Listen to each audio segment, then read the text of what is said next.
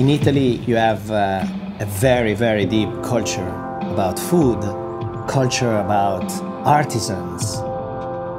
You can easily lose yourself into nostalgia. And with nostalgia, you don't evolve, especially with a country with such a deep tradition. I'm breaking my past to rebuild it through a contemporary mind. It's exactly what we do every day in Osteria. I am Massimo Bottura. I'm the chef at Osteria Francescana in Modena. Osteria Francescana is a laboratory of ideas, inspired by culture, because culture brings knowledge. Knowledge opens the consciousness. Creativity is poetry. Creating a recipe is an intellectual gesture that involves ingredients, technique, memory. You compress everything in bites of edible culture that have the flavor of your passions. For me, it's music, food, art. Art is not what you see, it's the meaning, it's the metaphor. It's the highest point of the human thought. So art became our motivational force behind every dish.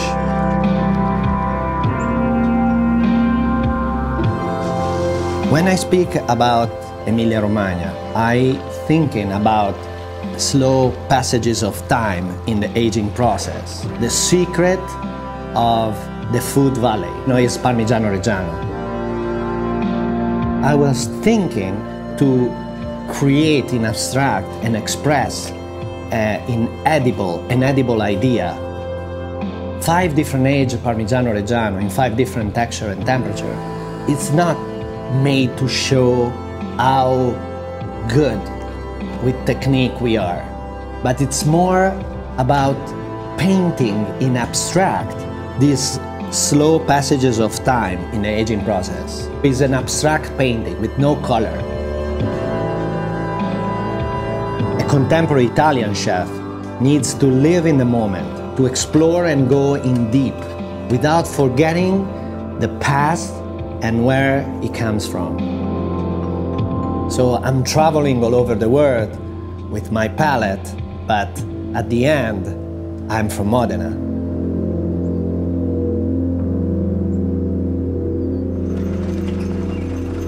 In the land of slow food and fast cars, I'm in the food valley.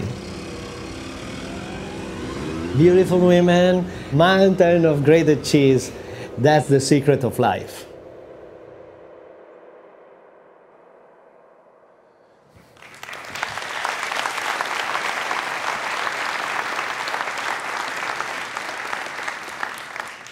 Lassen Sie sich nicht täuschen, er mag auch Maseratis. Meine sehr verehrten Damen und Herren, Massimo Bottura.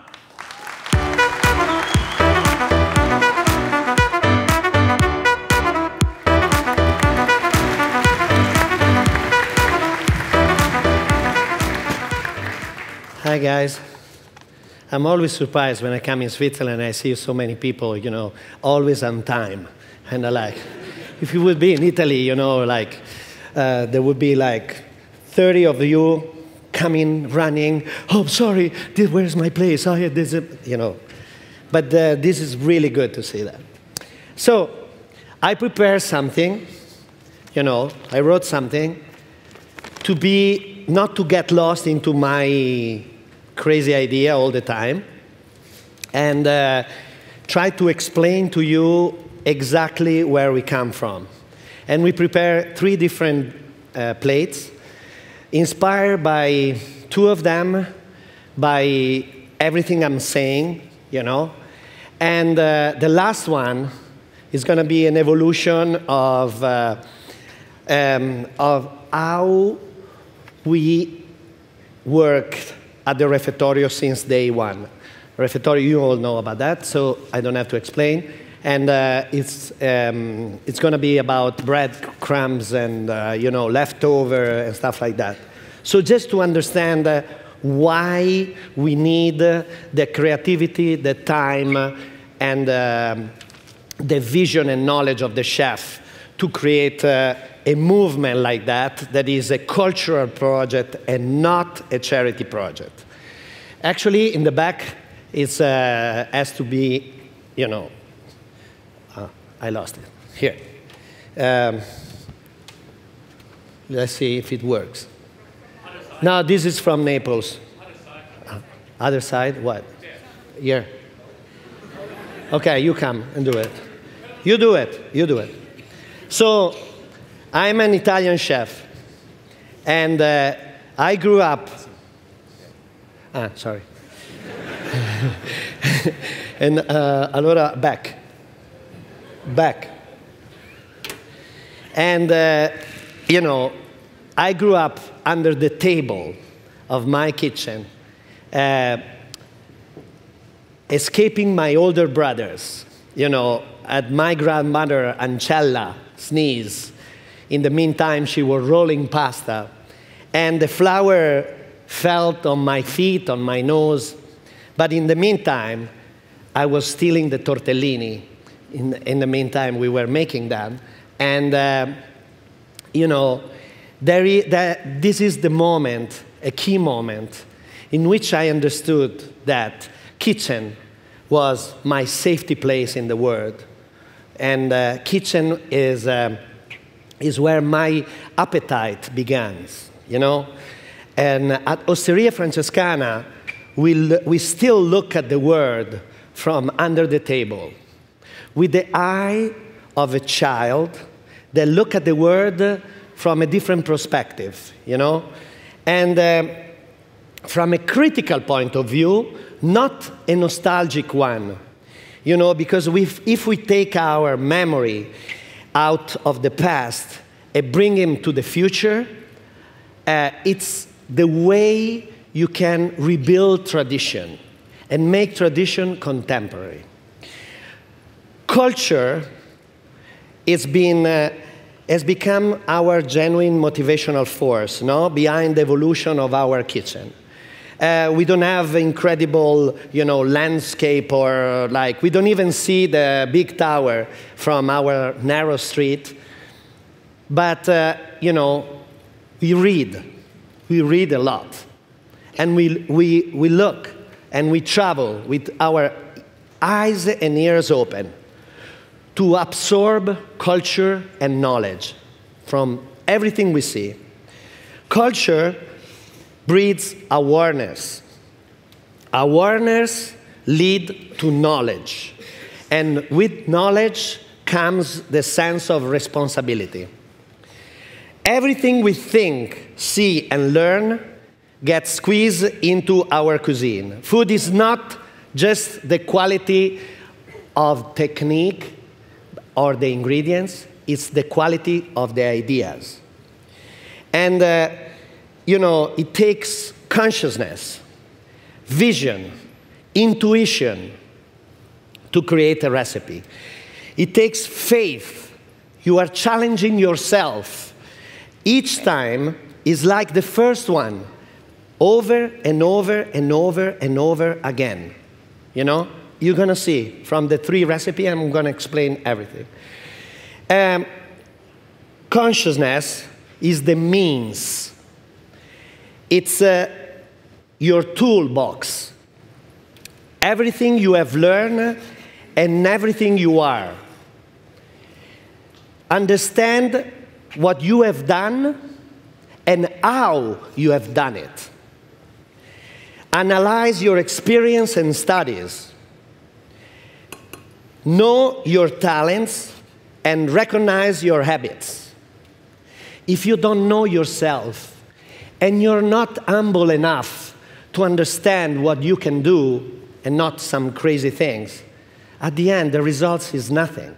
Understand that we have 40 people in the kitchen.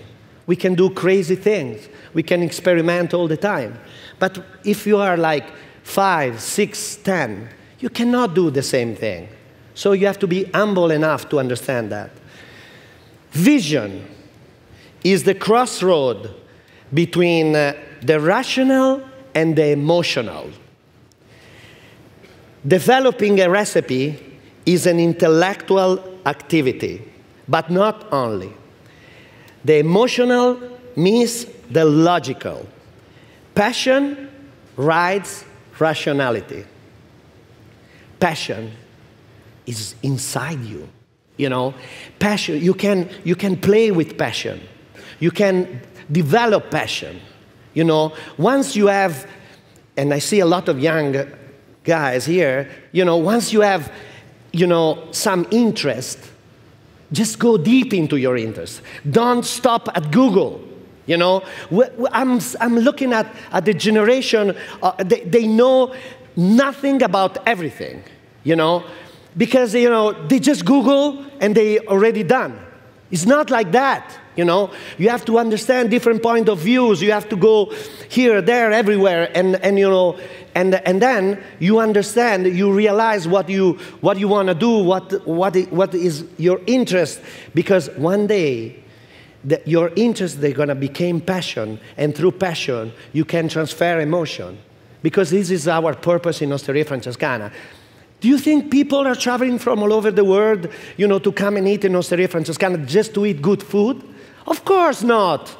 You can eat good food in a trattoria on the other side of our street, you know. That's amazing dinner. But, you know, you eat my brain, you eat our vision, you eat emotions. The crunchy part of the lasagna is that, is you eat emotion. The experience of a kid, you know, stealing the crunchy part of the lasagna when the grandmother Ancella was bringing the big pan of the lasagna in the middle of the table, and me and my brother, we were fighting over the crunchy part. That's what you're gonna eat on Osteria Francescana. Intuition. Intuition is when you fall, and suddenly, from under the table or from the dark side of a corner, you know, you see the world from another point of view. It's the unexpected moment. Think about, oops, I dropped the lemon tart. You turn a corner and you discover something, you know, something new, you know? And it's neither consciousness nor vision, but it's the flash in the dark. Because when, you know, you fall, if you don't get lost into the everyday life of chopping, saute, serving, you are there with your mind, with your vision, with your eyes, with your intuition. That's where you are. It's neither, you know, intuition means catching that flash in the dark and put it to work. That's intuition. So, consciousness, vision, intuition. This is Ai Weiwei. It's like when I said and I talk about, you know, art is our motivational force. You know, that's what it is. You know, I ask myself, what is he doing? You know, he's breaking a 2,000 years old vase. He has it, and he let him drop because he wants to drop a 2,000 years old vase. To do what? To explain to you, to me, and to everybody that to build tradition, to build the future, you have to break tradition and rebuild into contemporary mind. Because the world is changing. It's not like the world of 2,000 years ago. Even food is like that. You cannot cook like my grandmother. You know, you have to cook like a contemporary chef and show the world and make visible the invisible. You know, so Ai Weiwei is dropping the vase and he's saying, I'm not defeating my past. My past is there, but I'm looking in front. What interests me is the future, it's not the past. The past is already with me, you know, so it's like, it's something that is already with me. And, you know, I have to build the future, and to build the future, I have to think about, you know, how to look at my tradition in a critical point of view, not in a nostalgic one. Here we go. You know, this is this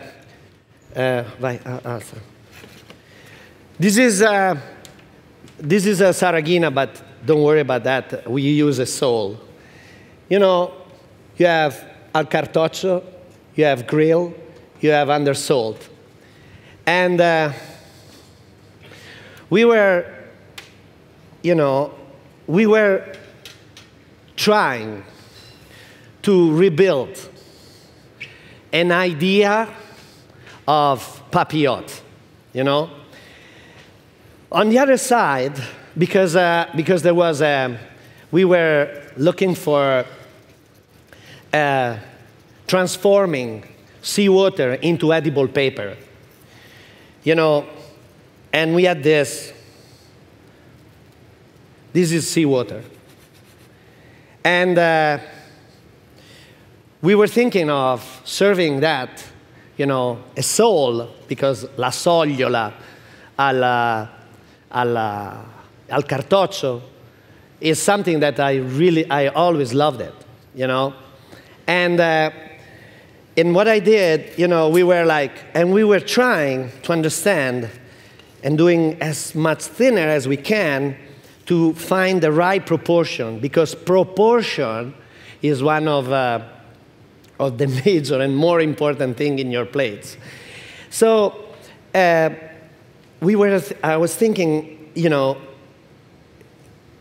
at the end, the flavors are amazing, everything is good, but the proportion is not right, because there's too much paper to do that. And the paper is sapidity, you know, because it's seawater.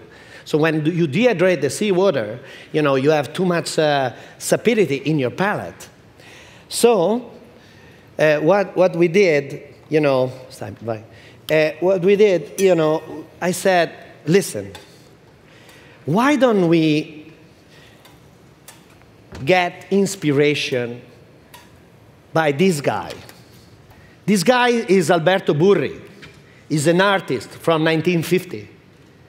Is the period in which, in Italy, there was Burri and Fontana. Fontana was cutting the canvas. And if you watch my video about all the tongue of the word, you know who is Fontana. The other guy is Burri, that was burning the canvas. One was cutting the canvas, the second was burning the canvas. I said, why don't we do as Burri was doing, you know, burning the paper and give also the perception of the grill. Not just the papillote, not just the sole undersold, but also the grill. And we try, and you know, this is the seawater burned as Burri canvas, you know? At that point, you know, you need the most amazing flavor that reminds you Mediterranean, no? You need the best tomatoes, the best black olives, the best lemon, and the best capers, because that's the papillote. So, this is the relation with our artisans.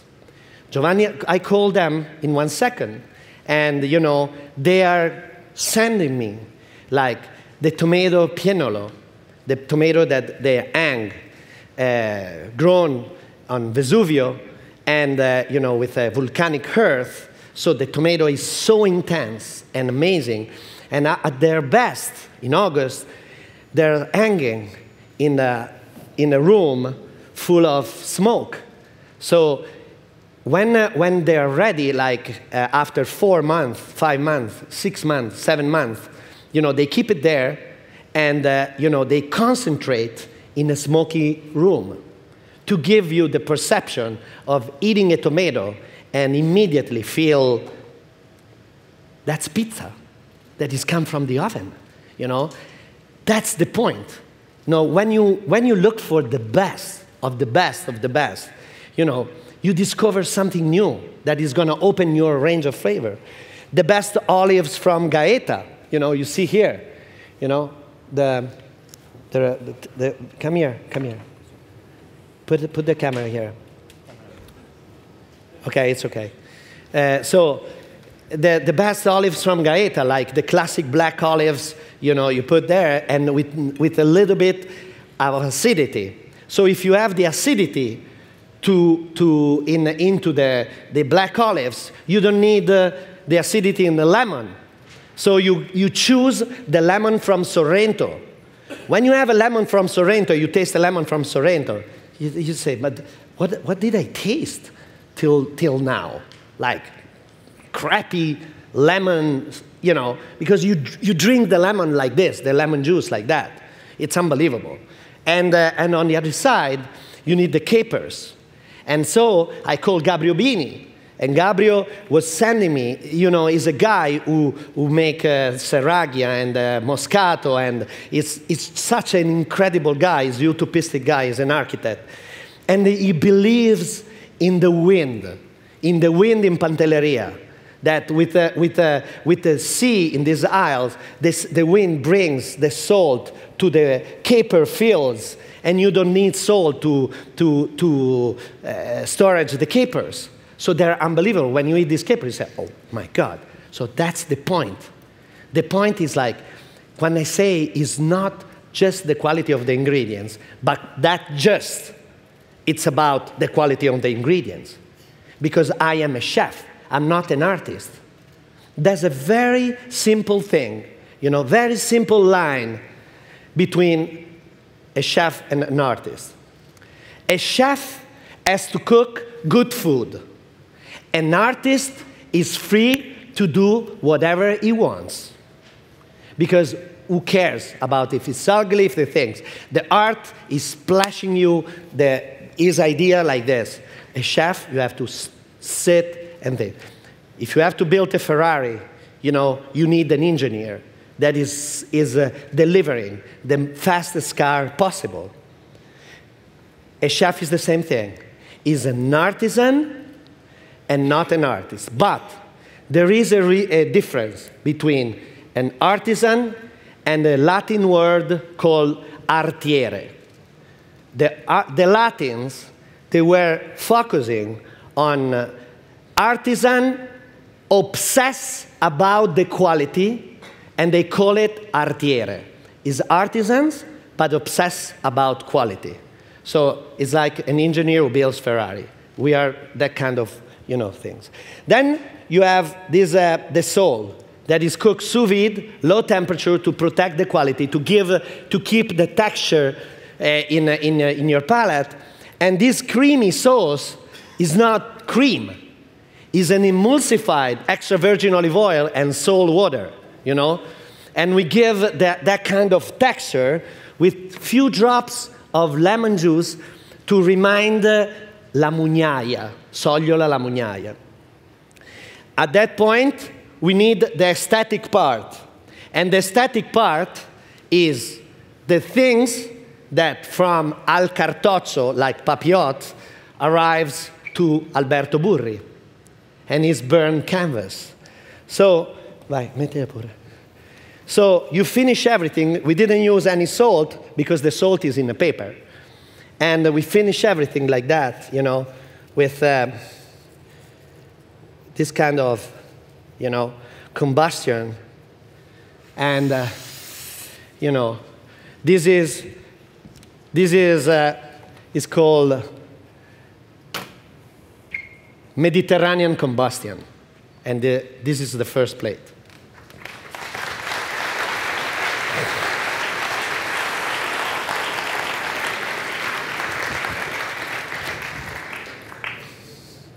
Did you follow my ideas? You know, it's easy, no?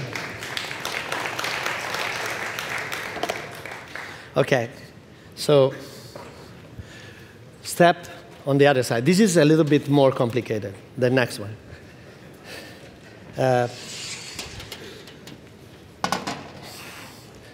All right, so.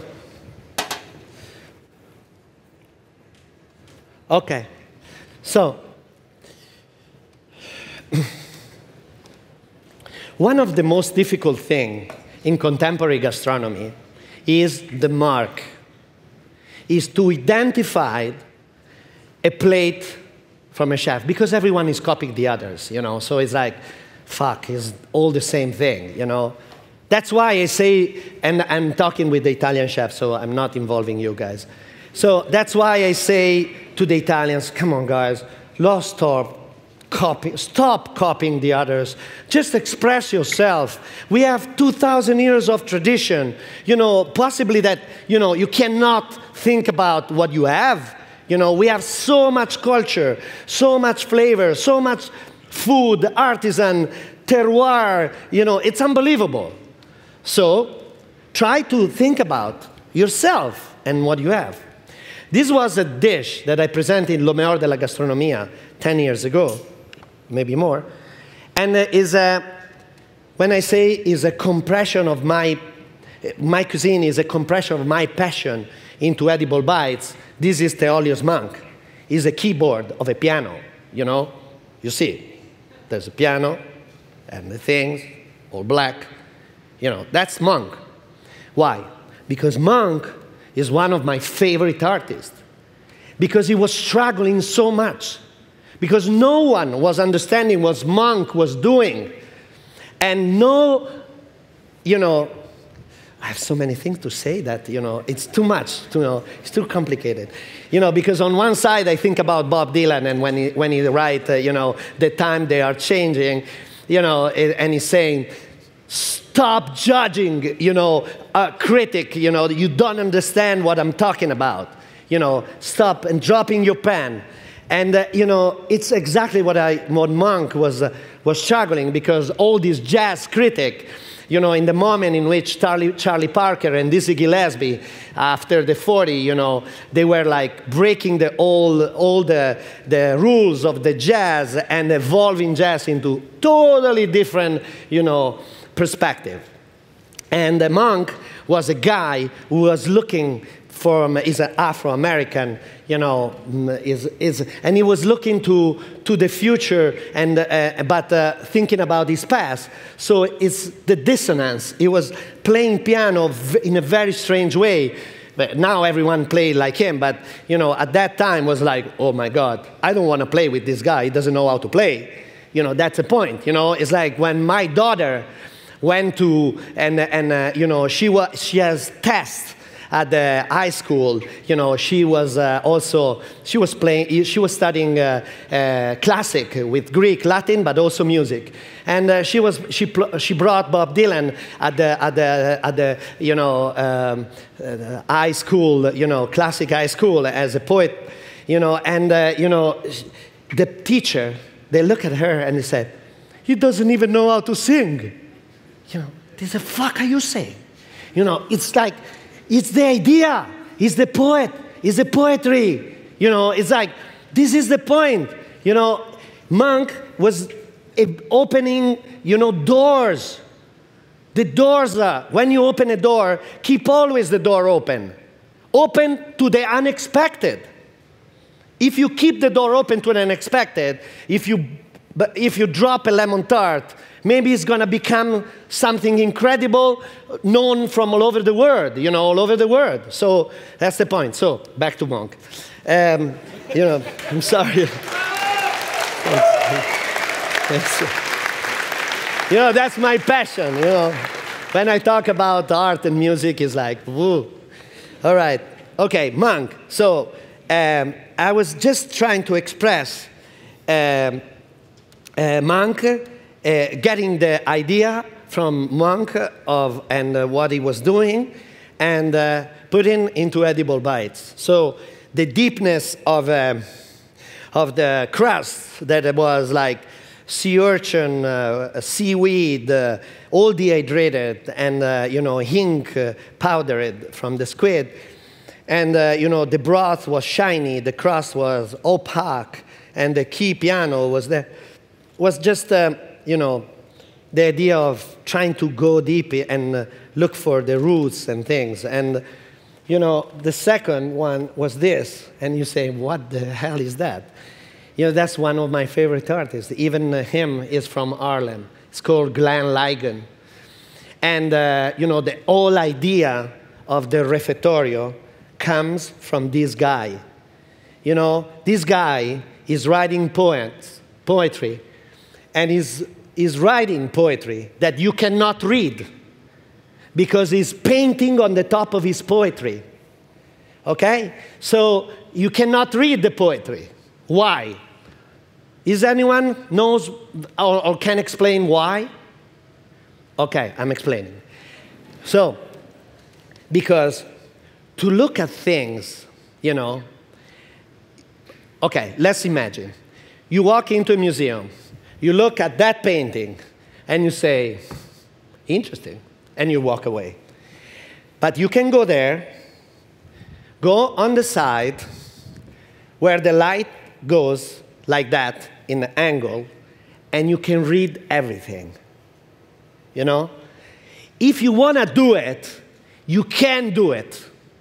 Just if you want to do it, because you are interested. It's, you know, that's why we did the refettorio, not in the Universal Exposition, but in the most neglected neighborhood in Milan. Because if we would have done in a Universal Exposition, the 11, 13 million people they pass through the Universal Exposition, they would pass like this. Oh, there's also this soup kitchen for poor people, but no one is coming, blah, blah, blah. Exactly like that. But have it done in the most neglected neighborhood in Milan, Quartiere Greco, on the side of the refugees' place.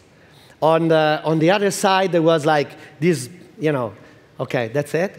And, you know, it's the moment in which if you want to come and volunteer, you can see and touch what we were doing there.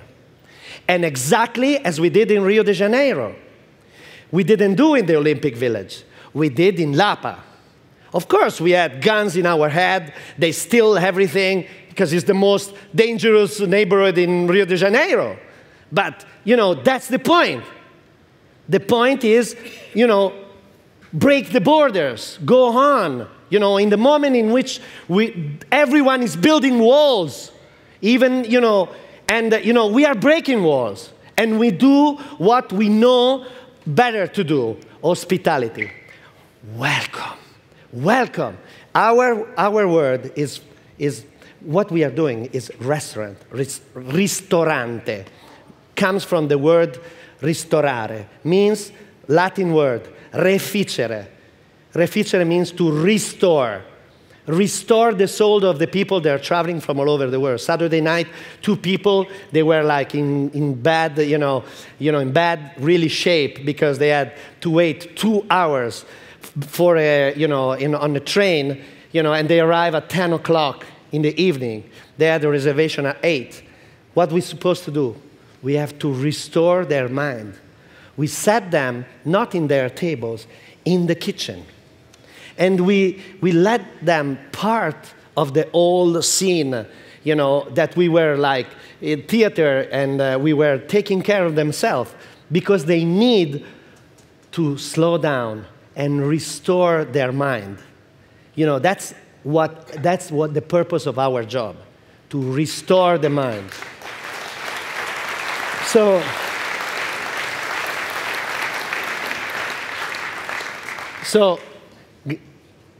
Glenn Ligon is doing that, and that's one of my... So from monk to Ligon, what is the idea? That is becoming a monochrome and compared to monk and the key piano. So we change everything. We discuss about, how to call it, how to define, and we were... you can see there? You can see from, you can read it? Burnt. You read it? Okay. So burnt means bruciato. And, sometimes one of the most, one of the things that we do as usual in the restaurant, we provocate. We want to be ironic, And this is an omaggio to La Riviera Romagnola. You go to Rimini, Riccione, you don't find a good restaurant, Everything is grill, everything is like, why is like that? Oh, because people love grill, and it's easy to make. It's easy to make, and you grill everything, and most of the time everything is burned, and you arrive like, on the plate you have that fish, that doesn't taste anything. So they serve on the side some lemon that you spray, you squeeze on the top of this fish and you just taste burn and acidity, and oh, good, this is grill, this is fucking shit, and, and this is the point. So, in here, that we want to serve, here. What we have burn lemon. So instead of serving the lemon like that, we burn it in the oven. We create this, lemon powder. You get the lemon, you put it into the oven, you caramelize under 80 degrees, and then you let him dry for 4 days, and you grated the lemon into some fresh anchovies, and you create you do it, Bernardo. So come on. Then we have seaweed, because Adriatic Sea is always full of seaweeds. So we put seaweeds inside. And then you have, but there's always, because it's a very salty sea, it's like a lake, and, there are squid and calamari, serve as, create as like kind of a ceviche, like a crudo, like a battuta, like whatever you want to call it. To me, it's fine. And, you finish everything with that lemon and sardines, and you close it like this. Go, Danny. Antoli. Perfect. So we don't have, any. Stai facendo il brodo? Perfetto. Okay, go. So this is all raw. There's nothing cooked, but looks like burn. Like I'm saying to you that it's burn, like Langen, no? But the point is that, the point of serving a monochrome, it's all about you. It's not about me. It's about you, that you are sitting at the table and you have your own palate, and you can eat and imagine whatever you want, But the point is, it's about that. And on the other side, we have grilled stuff. Exactly the same calamari, squid, sarragin, sardine. What we do, we grill them, and again and again. And when they're right, we create a dashi, like a broth that, infused with acidity, fresh herbs, and, to get into your palate and to taste, the real flavor of grill and almost burned fish, but with such an alive and intensity that is the broth, the dish. The things is just the crunchiness, but the broth is the dish. So you have all this perception, this playing in your palate between this and that and that, and you don't realize what is the burn stuff, what is the raw stuff. It's just our expression. It's just Grand Ligon. If you want to know, you do it. So what we arrive, we're going at the table, we serve this monochrome, at the thing, and then we serve the broth as it is, And you have exactly the same perception of monk. So the evolution of monk without the keynote, the key piano, the white things, because we compress into a surface that is all burned. And, you have the experience of eating the real shit from Emilia-Romagna coast, this is the second course.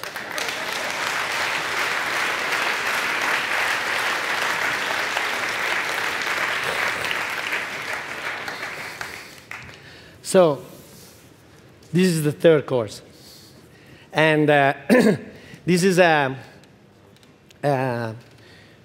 me, is the most important book of the last at least 30 years. These are the people that are part of this book.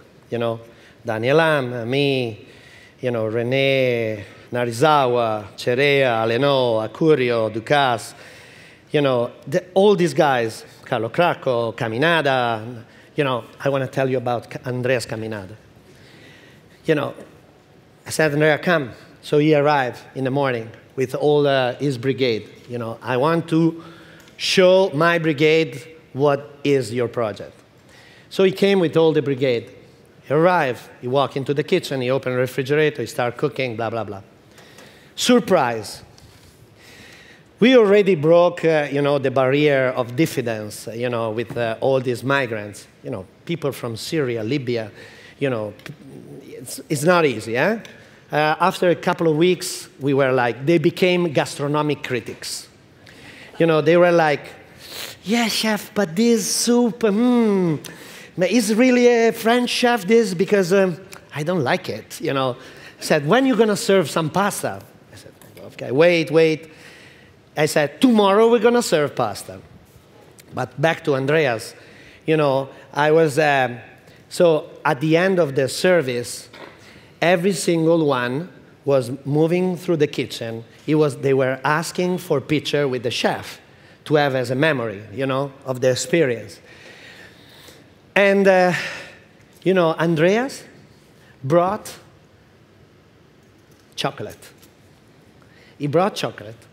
And with his team, they were waiting for the people to leave the refectorio, and he was giving chocolate as a very humble and super sweet moment to getting longer the perception of having that kind of experience, you know, in a refectorio like that. Is exactly the same gesture that the Pope does when he washes the dishes of the poor people. It's like, it's such an humble and amazing, intense gesture that is one of the things that reminds me that I have in my heart and thinking about, you know, the refectory in Milan. The other one is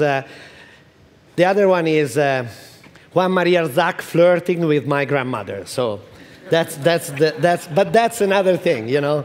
That's crazy things, but it's another thing. Okay, but the day after of Andreas, you know, these guys, they were like complaining because we didn't serve enough pasta. They eat one meal every day, you know, and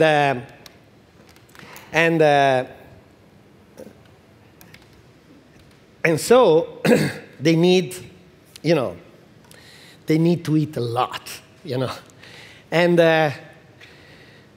but one of the purpose for us is like serving, you know, serving. Serving was the key moment that changed everything. We prepare, I'm good, with my voice, good. No, because I didn't feel very good, but Maria, she prepared some, you know, infusion with ginger, so I'm much better. So, what I was talking about? Okay. So, there was 1 week before the opening. 1 week before the opening, I was with Christina there, my right hand, and we were looking at the, you know, list of the volunteers. But there was like pages of volunteers. They want to be part of this event. You know, even the people, they were protesting outside the refectorio because they were thinking we were bringing poor people, dangerous people in the neighborhood of, you know, of Greco. You know, is the Yeah. So I said, Christina, we already prepared the whole line. We bought the whole line of service with, you know, tray, bread, soups, pasta, dessert, you know, and you were going like this. I said, no way we're going to do this. No way. We're going to serve people at the table as we do at the restaurant. Because they deserve that. Because, you know, we fool the whole restaurant, the whole soup kitchen of art, of design, because it's amazing. The places are amazing, you know, and, you know, involving the best artists, the best, you know, because in my idea, if you have to dream big, you know, it's normal. You can't dream, you know, to have, you know, you have to dream too big and create the best pavilion or a soup kitchen better than Leonardo da Vinci 500 years ago. So I said, the people, they're looking at me as really nuts, you know. And, you know, but when I ask and I explain my project to the artists, like Mimo Palladino, Cucchi, Benvenuto, Nannucci, everyone, all the best, you know, the architects, Polytechnic of Milan, Renzo Piano, the designer like Piero Lissoni, Fabio Novembre, Gaetano Pesce, everyone said, yes, we're going to do it for free. It's like unbelievable. It's unbelievable. And it's always culture, knowledge, consciousness, sense of responsibility. It's all about that. At that point, we said, okay, let's do the service. The volunteers, they have to come at 5 o'clock. We're going to prepare the tables, and we're going to teach how to serve. We did that. And that was the moment in which everything changed. Everything. Because that was the key point. Welcome people and serve them. To rebuild the dignity of the people. Everyone deserves to eat on an amazing table, amazing food, with amazing art, with a service. That is a service. So that's what really makes the difference between a normal soup kitchen and our soup kitchen. But this is the key point for me, is the key point of to explain why we need the chefs involved in this project. This is an ugly plate of spaghetti and pesto, you know. Do you want to eat that stuff? To me, no. You see the things, it's like, that's tradition, but tradition of what? I have to look at tradition in a very nostalgic way to look at that plate. But in a critic way, you know, every single person knows that the spaghetti, the pasta, the long pasta needs a velvety sauce. Because when you roll the pasta, the velvet stays there. And not like something like that doesn't, you know, it's not pleasure in the palate. So, I promised the day before to serve pasta, and because I've seen some cases of basil, but I didn't realize that the chef before, you know, for the day after, he was preparing something with basil. So I didn't have enough. People, comincia ad andare avanti. I didn't have enough pesto, enough basil. So we were cleaning all the basil, and we started basil. Then we realized that we didn't have enough. So that's why the mental palate is coming to you, and he starts telling you what to do at that point. What he's doing is like he's putting mint on inside, you know. You know, you clean, of course, the leaves. This is gonna stay, you know, and put inside there the broth. As you do it, you clean from you know, the thyme, and you know, and this is like goes in the water, you know, and you put, because there was also sage, but you feel if you put sage in a pesto like that, it's gonna get so bitter. There was rosemary, but you cannot mix rosemary with other, things like that. Maybe rosemary can be mixed with thyme, but not with basil, because it's going to ruin everything. But thyme, and a little bit of thyme, and mint, especially because it was July, sounds perfect to my mental palate, At that point, you start adding, the Parmigiano, that it's extremely important, and at one moment, we realized that there was no pine nuts for the pesto. No pine nuts?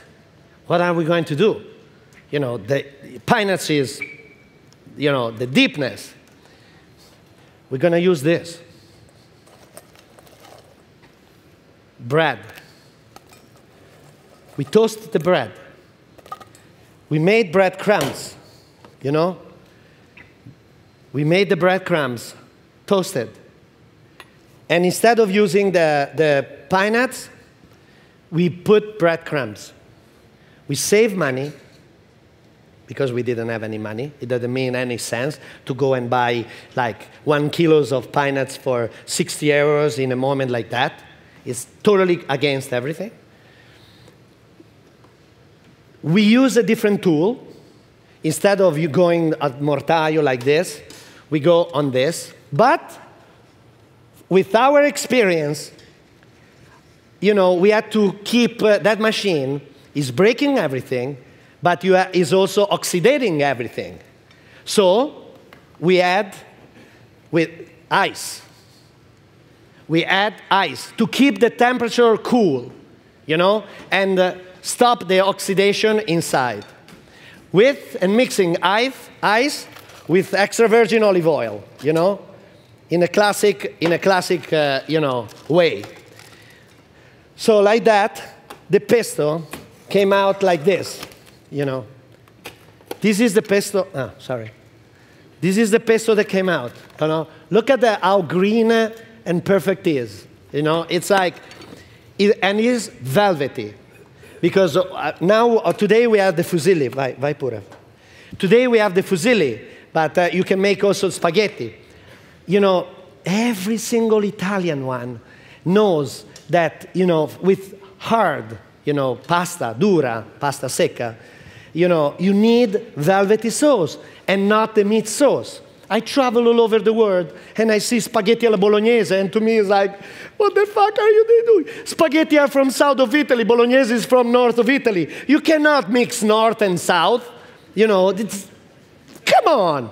And it's like, that when you roll spaghetti, the bolognese sauce stays in the plate. And it doesn't exist.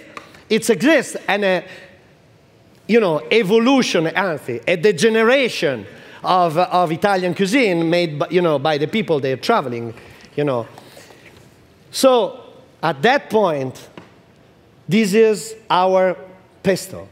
We call pesto. We can call herb sauce whatever you want, because on Instagram and Twitter, when I do that kind of stuff, there are always Italians that think, oh, that's not a pesto. Oh, my mom is going to say, my grandmother.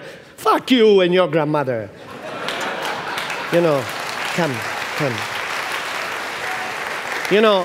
And with the same breadcrumbs, to give crunchiness, instead of doing like putting in a blender like that, we just put in the mortaio. Instead of putting the herbs, we put the breadcrumbs in the mortaio to make the breadcrumbs like this. Toasted with extra virgin olive oil, a little bit of anchovies, to give deepness, you feel, no?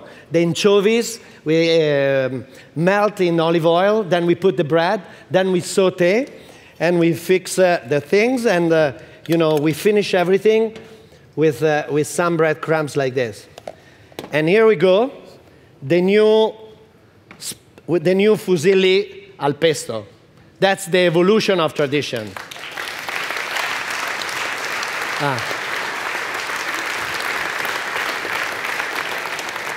I have to say, in our refettorio in Osteria Francescana, and we are like 60 people eating every lunch and every dinner, everyone, you know, these guys, he's like, he's taking care most of the time of following stagiaire, commis, to cook for the staff meal, and everyone is asking for that pesto, not with the pine nuts. You know why? Because it's much lighter, because it's so creamy, because when you eat it, you have it there, and it's much cheaper. That's a very important point. That's what it is. This book is called Bread is Gold, Extraordinary Meals with Just Ordinary Ingredients. Because bread is just an ordinary ingredient, especially if it's 3-4 days old. You know, my daughter's or my Charlie's special kid favorite meal, it's breadcrumbs noodle. Breadcrumbs, Parmigiano, 1 egg, the filling of your hand, you mix together, you squeeze in a potato squeezer into a chicken broth. That's the Charlie's and Alexa favorites meal.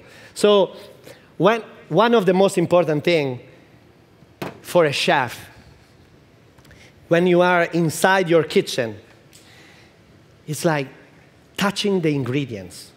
You have to touch the ingredients, to feel the ingredients.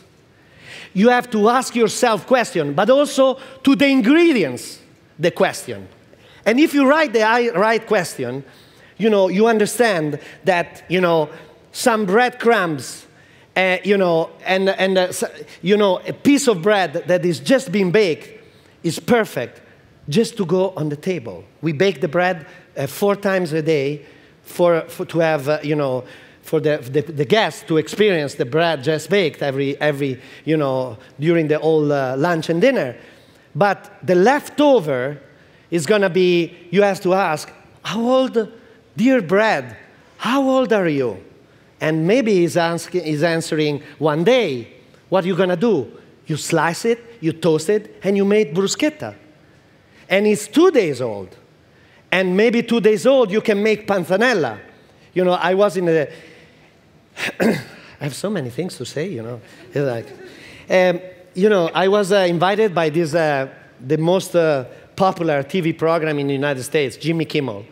And, you know, he challenged me. He didn't say anything to me. And last second, he challenged me to go on stage, but before, to explore the staff room, the staff meal room of his ghostwriters. You know, there are like 20 of them, just like this. One is like that, one is like this, and they don't care about food. They really don't care. They just eat because they have to eat, you know, sometimes. And they work there like, you know, and that room, to me, I see hell in that room. Tomato left close to the coffee place, you know, some leftover from, you know, pomegranate juice inside the refrigerator. Just 1 finger inside, you know, or like avocado all oxidated inside. And, you know, it was like bagels everywhere, but just pieces. And I said, what the fuck is this? It's like unbelievable. It's unbelievable what I'm supposed to do. Then I start thinking about putting together things, giving order, and we made a panzanella with the bagels. You know, I got all the bagels, I cut all the bagels, but I didn't have the right ingredients as the Tuscan does. So I did Mexican style, because there was a lot of cilantro, tomato everywhere. I went to get the tomato close to the coffee, the tomato there, the tomato in the refrigerator. I put together everything. I didn't have enough, so my mind was, I said to myself, what is this? I'm going to use that pomegranate to give flavor to the things. So I put together, they had some balsamic vinegar. Yeah, balsamic vinegar, you know. It's okay. Some liquid that tastes in a very far way of... Don't talk about that. I don't want to start that kind of discussion, you know. You know, think about my daughter. She didn't even taste her vinegar that her grandmother gave to her when she was born, and she's 21 now because she has to wait till 25. So if you think about that, and you know, they give me that bottle of balsamic vinegar, they say, you know, it's okay. So I put together the vinegar with the pomegranate mixed together. I chop all the bagels. I toast the bagels. I add some avocado. You know, there was a little bit of spring onion, and I mixed with cilantro, a lot of cilantro, and I did the panzanella Mexican style, finishing with that stuff. And, you know, the Mexican guy that is the guard that works for Jimmy Kimmel, you know, he went crazy and he finished the whole bowl of panzanella Mexican style, you know, because he thought was like the most amazing flavor in the world. You know, his flavor, you know, that's why I say you have to travel. To travel with your eyes and your ears open. To understand, to get exposed to other culture, to understand what you can do with that was Milan, this is Bologna, this is Rio de Janeiro, look at that. Vic Muniz and The Last Supper, dedicate to my idea of doing something more important than Leonardo da Vinci. So what he did The Last Supper, 8 meters long, 8 meters, in chocolate. He did the whole painting in chocolate, then with a macro photograph, he shoot the picture, and he projected into an 8-meter canvas. It's unbelievable. That Vic Muniz. Or JR that he did up there, 50-meter installation of all the volunteers, all the faces of the volunteers, not the chef. The volunteers, because the volunteers are the real heroes of this project. You know, we are just the one who make visible the invisible as the artist, as the artisan, as the designer. But the real heroes are there. Look at this. 2 of these ladies are trans-sex, you know. 2 of them, after 3 days, they came to me and they said, "Chef, this is the most amazing place, you know, we ever been. We could never imagine to being able to experience this kind of stuff. Isn't there a job for me?" You know, it's like, wow, this is incredible. I said, "Do you know how to clean?" You know, because I'm obsessed about cleaning, you know, imagine in Brazil. And they said, yes. So we hired them. We hired them, and they are still, after 2 years, they're still there. And they send me video on my WhatsApp saying, "Look, chef, how we keep your place." That's not my place. It's your place. It's like, and you have to keep it like that because that's the place that we built for you, and to help women out of poverty from the favelas in Rio de Janeiro. And those 2 ladies, they said to me, like, you know, we are the happiest men. We don't have to sell our body in the street anymore. We have a good meal every day. I'm out of time, okay, but it's okay. You enjoy, so. And this is a social table. This is Modena, our place that is been the most difficult refectorio we ever did. Because this place, day one, you know, the people they were walking in, they weren't refugees, they weren't, you know, migrants, they were people from downtown. People that I know because in a visual way, since I was a kid. People, they went, you know, they lost their job, or, you know, they divorced, they split, they don't have enough money to eat. And they are like at the refectorio, and I know them. And it was very embarrassing for me. And you know, it was very, very strong experience. And I had to step back because I didn't want to, you know, be part of this, you know, and I had to go back step by step, you know, and day by day. And this is an old chapel that these amazing artists did and as the miracle of San Gimignano, who saved Modena from the barbarians, the invasion from the barbarians. And this is London, another amazing space. You see, here there's no heart, because Ilse Crawford was so smart, and she said, this space is already heart. Look at the windows, you know, they're amazing Gothic windows. You know, she cleaned everything, she replaced all the glass. Now the light comes from both sides like this, and it's the most enchanting place in the world. And this is Paris. Can you imagine, you know, a cook that comes from Osteria Francescana in Via Stella 22? What the fuck is there? You know, and he can open a soup kitchen in the church of La Madeleine. The other day we were in Paris, Alex told me, oh, I have to go, I have to go, I have to cook. I have to cook there. Where is the address? You know, Place de la Madeleine. Yeah, but numbers? No, Place de la Madeleine means in the church. I said, what? Yes, is in the church. These are the crypt of the church of La Madeleine in Paris. So they gave us the crypt. We went inside with the most amazing architect, J.R. Prune, you know, and we rebuilt the whole crypt. You have to see the crypt before. Full of dust, darkness, and rats. We did that.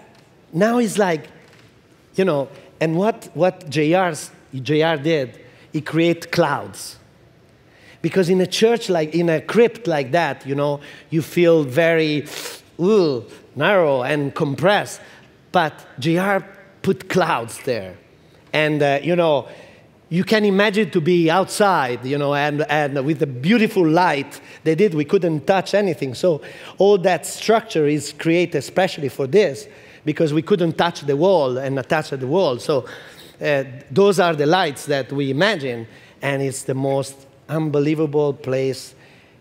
And I don't know if because they are French, you know, or whatever, or like, I don't know why, but since day one, you know, the guests, they were so nice and so enthusiastic and so full, and they're like so into cooking, coming into the kitchen, bringing their kids, you know, an incredible experience. That is the moment in which really you understand that first, it's fight waste. Second, is transfer our knowledge to the volunteers and set the example for all the young generation. Third is to communicate, and that's why we need books and we need all the journalists in the world that are talking about this, to communicate this cultural project that is to change the mind of the people, not, you know, just feed them.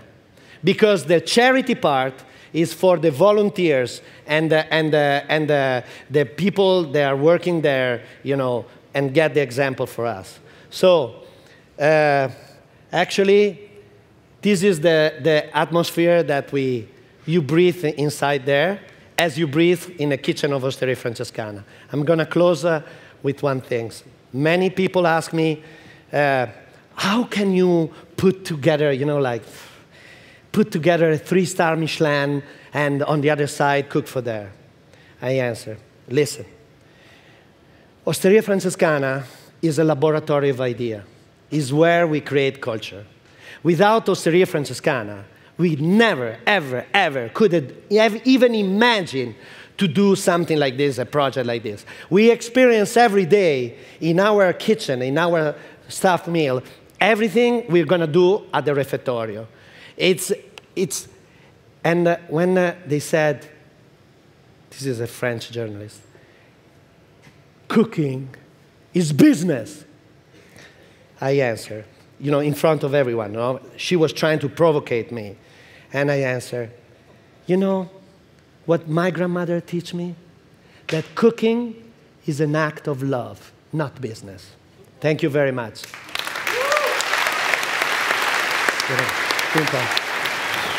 Venite in fronte. Prego. Thank you.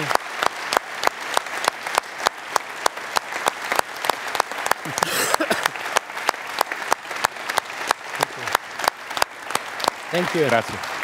And always remember that, you know, I am one person, okay, but in the team we are 60 people.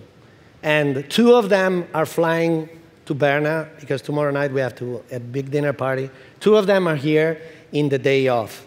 There's no day off for us. And, you know, sorry, and it's very important because we were talking in the car before, me and Maria, you know, do you know what Bob Dylan said when they asked him, you know, what is the secret of his success? He answered, the secret of my success is waking up in the morning, going to bed in the night, and in the meantime, you do what you have chosen to do. You have chosen to be a chef, and it has to be your passion, because the hours are incredible, but if it's your pressure, it's your passion, you know, you don't feel it. When you listen to music, you don't, okay, it's the first time I do in the morning, listen to music, but also make a perfect coffee that is pleasing me in my palate, or looking or be surrounded by art. If it's your passion, it's your passion. And this is the most amazing job in the world. And so that's the point. Don't complain, because, you know, it's the most amazing, you know, job you can choose. Thank you very much. Thank you. Thank you very much, Massimo.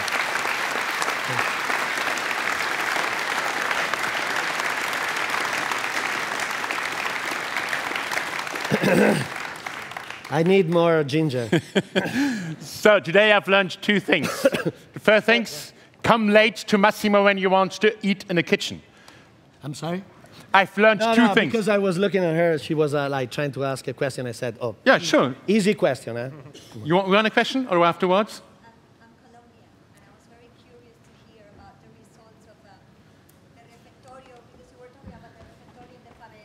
Yeah. Love to hear about the results in the community. You were talking about gangs. That's one of the major projects, the major thing, you know. How long do I have? Yes, always when you say I have one thing to say, it's 10 minutes, but it's no problem. No problem. Okay, reset, 2 minutes. No more than 2 minutes. No, go on, Massimo. Now, I think I opened my speech in Paris. You know, I have to use some Paris word, from French word, because the French, you know, with an Italian, you know, we have, you know, something to say, our cousins. And, you know, they said, Ducasse, when I had the meeting with all the 3-star Michelin in France, at one point I was so passionate, and, you know, I was like, and we're going to change the world, and you're going to be part of this revolution, like that. And Ducasse stopped me in front of everyone. You know, he said, I can't believe an Italian chef is putting together all our chefs. It's like, this is a revolution. I said, yes, it is, because I'm going to make you look good. You know, and you know, you don't have to think about always business and open another restaurant and another restaurant. Fuck you and your restaurants. You know, you have to have one restaurant that is amazing. That's it. You know, you transfer ideas. Beauty. I had to open with beauty. So the night before, I was very nervous. Then I read Camus. Camus was saying, with beauty, you don't do a revolution. But one day, the revolution will need beauty. It's exactly what we did in the Refettorio project. We need the architects, the artists, the artisan, and the chefs. Because even the chefs, with their preparation, with their knowledge, they create beauty in the plate, beauty in the palette, beauty in the tables, beauty in the things.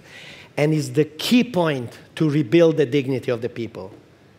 I didn't say before, because it was not one of my purpose in the beginning. My purpose was fighting waste. And, you know, transfer the knowledge to the people and communicate through books, television, blah, blah, blah. But beauty has been a key point on even the old neighborhood. Lapa now it's unbelievable.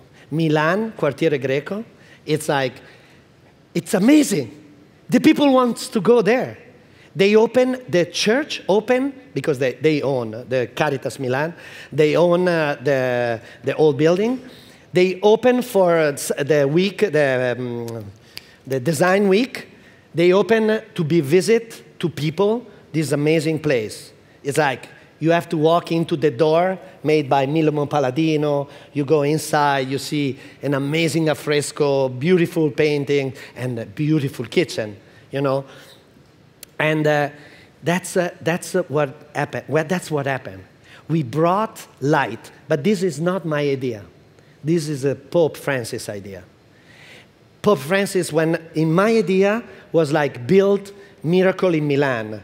And I was focusing on the train station of Milan. Actually, we already had an agreement with Moretti, like the big boss at the Trenitalia, no? To rebuild the refettorio as the one in Paris, no? It was like something like that, you know?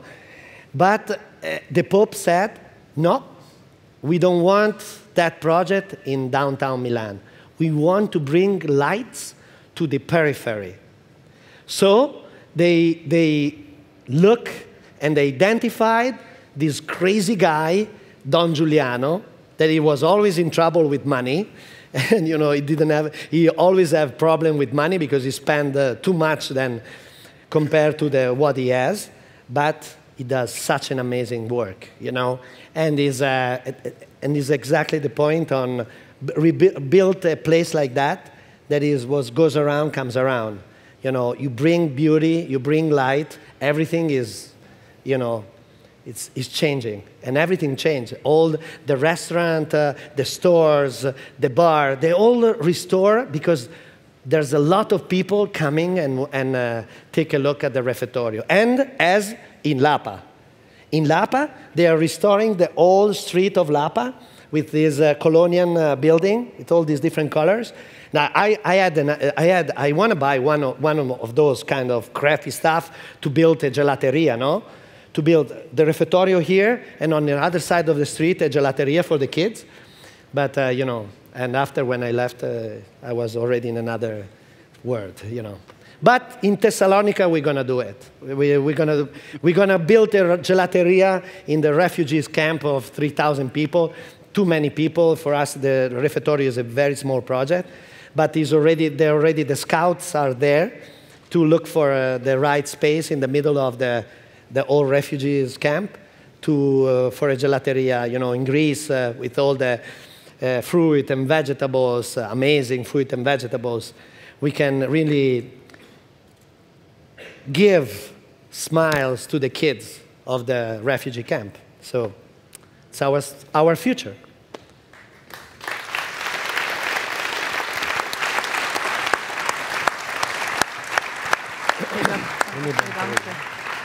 Wie eingangs erwähnt, alles, was über ihn gesagt und geschrieben wird, wird ihm nicht gerecht, weil er toppt es regelmäßig mit seinen Aussagen und seinem Engagement. Meine sehr verehrten Damen und Herren, einer der ganz, ganz wenigen Momente, wo man nur sich verneigen kann und sagen kann, wir hoffen auf ein nächstes Mal. We hope for a next time. Massimo Bottura, thank you very much. And guys,